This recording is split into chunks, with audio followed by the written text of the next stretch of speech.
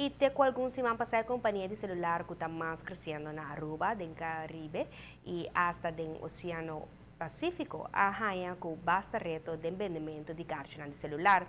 Digicel anuncia agora que não queda claro que o tour é revendedor, especialmente tiendas chinesas, que agora está vendendo um cartão pré-pago a trobe. Para esse anúncio, uma campanha de qual por hasta gana um auto novo. Digicel está muito contente e agora nós queremos agradecer a todos os clientes leal que têm 2 anos conosco na Aruba. Aqui com Digicel bem com ele agora, nós queremos agradecer o motivo de paciência que nós temos conosco, de tour e temporada que é um tique difícil, caminho que não por a haya carta para assinar recargar no telefone. Agora me quero anunciar que nós a renegociar com o tour e revendedor de Digicel, qual a maioria é supermercado de chinês, e agora nós queremos anunciar que está aqui payback. Não tem problema para haya bocar de telefone mais. Pensei, agora nós agradecemos nossos clientes leal de postpaid e também prepaid, regalando auto de garagem central, qual é Hyundai Accent 2015 completamente novo. Como começar a participar? Está fácil.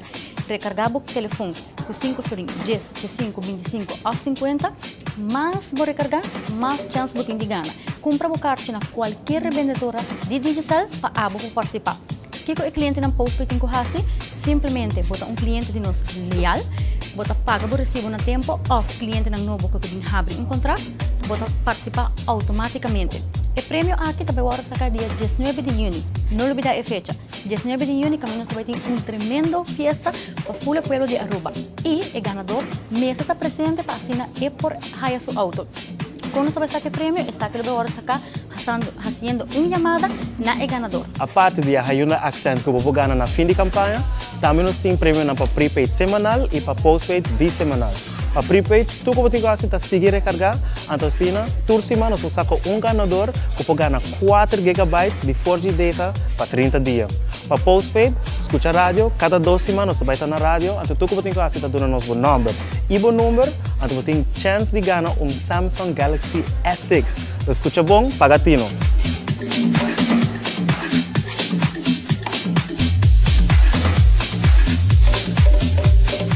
Digicel começou a operar na Aruba desde julho de 2013 e está em processo para celebrar seus 2 anos de existência em nossa isla.